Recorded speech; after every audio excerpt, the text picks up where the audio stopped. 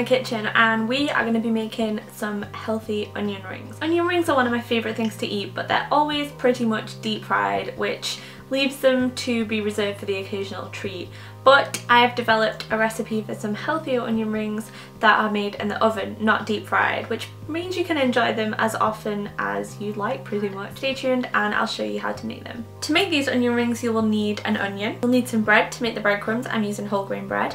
You'll need some flour of your choice. You can use any flour for this, you can just use regular flour or you could go almond flour, gluten-free, some sort of seasoning. So I'm using a barbecue type seasoning to add to my breadcrumbs to give them a little bit of bite. You'll also need a milk of your choice, whether it's almond milk, soy milk or regular milk. First thing you want to do is to prepare your breadcrumb mixture. This is going to coat the onion rings and make them go all crispy when we put them in the oven. I made this mixture earlier on. All you need to do to make it yourself is put a slice or two of whole grain toast or whatever bread you're using, put that in a toaster until it's nice and toasted, and then you want to blend it up so you can put it in a food processor, or if you don't have a food processor you can just use one of these hand blenders. This works just fine. Might take a little bit more effort but you'll be able to break it up into breadcrumbs. Then you want to add your seasoning. I put in some barbecue seasoning. You can also put in some salt, some pepper, paprika, chili flakes, whatever floats your boat. Once that's prepared you need to slice your onion into rings and then we can get on with the coating process.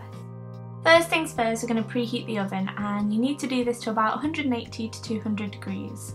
Then you're going to take 3 bowls. In one you'll need your flour, in the other your almond milk, and in the last bowl your breadcrumb mixture.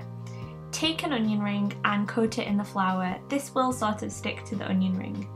Then you want to take that onion ring and put it in your milk. Now be gentle with this, we don't want all the flour to fall off, but you'll be surprised at how much it does stick on there. Then you want to take that onion ring and coat it in the breadcrumb mixture. Now I'd recommend that you use one hand for the dry ingredients and another hand for the milk, because this does get a little bit messy, but you just want to repeat this process with all of your onion rings until they're all fully coated.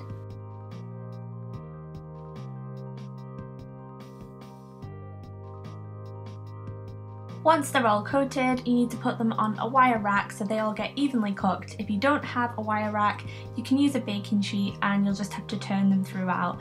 But you just want to put these in the oven for 10 to 12 minutes until they go brown, and then you've got beautiful, delicious, healthier onion rings.